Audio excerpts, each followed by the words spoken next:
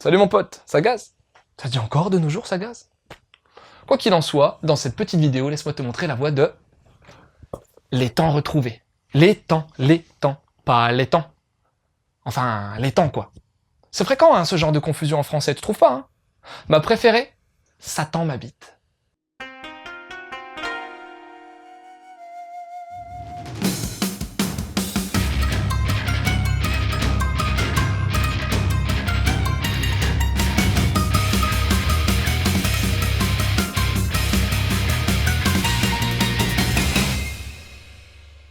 Allez, direction Japon de nos jours, Zou. On va suivre la fin de vie de deux personnes, Ippei, le mâle, et Kotoko, la femelle. Pourquoi je dis fin de vie? En fait, ils sont plus tout jeunes. Hélas, quand t'as dans les 70 piges, forcément, le temps déjà passé sur Terre est supérieur au temps qu'il te reste à passer. Bon, commençons par Ippei, si tu le veux bien. C'est donc un retraité qui passe pas mal de temps au GIN, un centre pour les personnes âgées. Il est veuf et a pas mal de potes là-bas. Ils font des activités style jardinage ou shogi, un jeu de réflexion japonais. Mais t'as aussi une chorale, et c'est là qu'il va faire la connaissance de Kotoko, la pianiste ex-instit. Et là, c'est le coup de foudre pour les deux veufs, ouais. Elle aussi a perdu son mari. Mais bon, à cet âge-là, avoir une relation amoureuse, c'est pas comme quand t'as 15 ans. Parce que l'âge, mais surtout parce que la famille, parce que les enfants, parce que les petits-enfants. Et que diraient leurs conjoints respectifs s'ils étaient encore vivants? Bref, une magnifique histoire d'amour, pas comme les autres, est sur le point de débuter.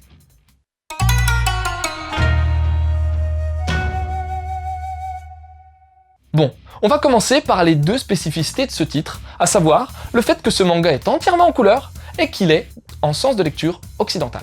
Ce sont bel et bien des choix éditoriaux des créateurs de ce titre. Le graphisme de ce manga est joli comme tout. Et encore, quand je dis joli, je pèse mes mots. C'est fin, précis, agréable, et le trait s'y est à merveille pour retranscrire l'âge avancé de nos personnages, ainsi que le cadre de vie paisible qui les accompagne. C'est assez réaliste et les émotions sont bien présentes, tout en finesse et en subtilité. Et franchement, la couleur apporte clairement au titre en lui donnant un aspect nostalgique tout à fait pertinent. T'as une grosse densité dans les arrière-plans et les décors sont aussi de grande qualité. On est dans l'histoire de bout en bout. Mais encore plus fort que le dessin, c'est la mise en case qui éclabousse de classe. Elle est hyper soignée, avec des petites touches d'originalité ça et là. Franchement, l'équilibre est parfait. Les compos sont elles aussi très réussies et t'auras une très grosse variété dans les cadrages. Non, sans deck, hein, c'est du découpage comme je les aime. Les temps retrouvés sort chez Kiyun, dans une collection que j'adore, Latitude. La couverture non amovible dispose d'une texture mate et légèrement gaufrée. Ça donne tout de suite du cachet au manga. Le papier est superbe, le choix du format aussi. Non, franchement, il n'y a rien à dire, c'est une tuerie.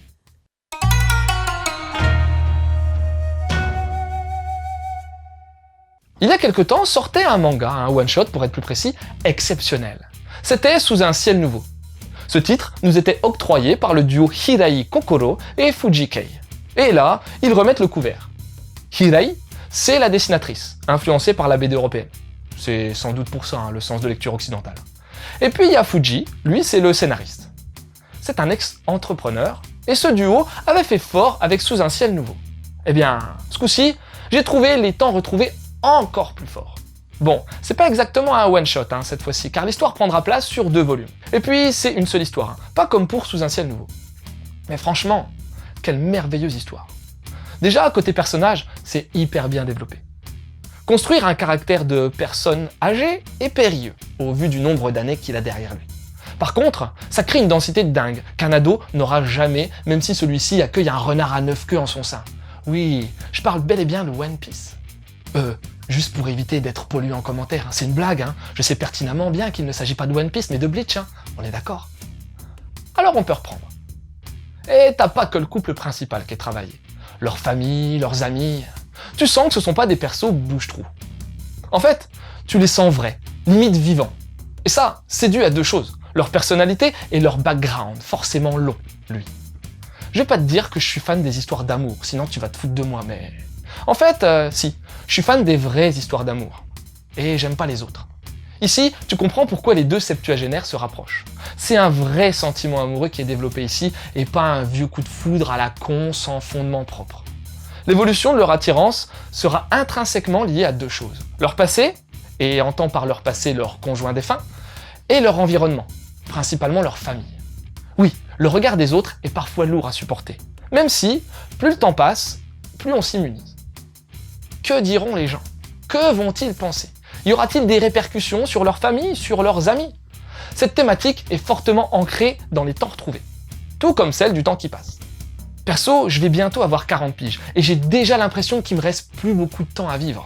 Alors à 70, j'imagine même pas ce que ça doit être. En plus, j'ai un rapport particulier avec la notion même de vieillir et les personnes âgées.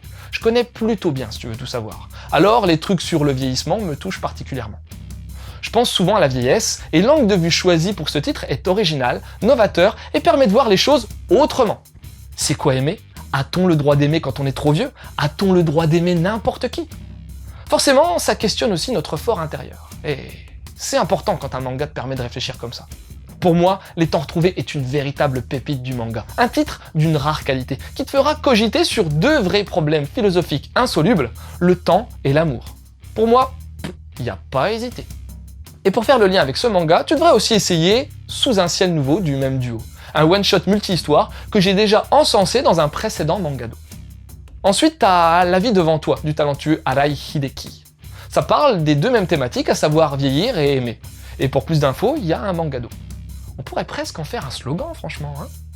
Et pour terminer, Journal d'une vie tranquille, manga autobiographique de Shiba Tetsuya, le dessinateur d'Ashita no Joe. Tu découvriras dans ce titre la vie et la fin de vie d'un titan du manga. Et pour plus d'infos, il y a Mangado. Ouais, ça sonne bien. On pourrait même en faire une chanson. Voilà, c'était Loud. J'espère que cette petite chronique t'aura donné envie de lire Les Temps Retrouvés. Je te laisse et continue de suivre la voie du manga.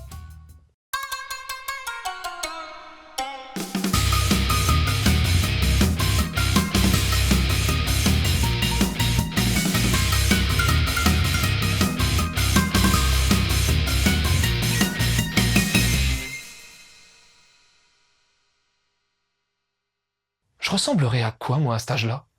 J'aurais encore les cheveux longs. Cheveux longs plus tonsure. Eh, style de ouf.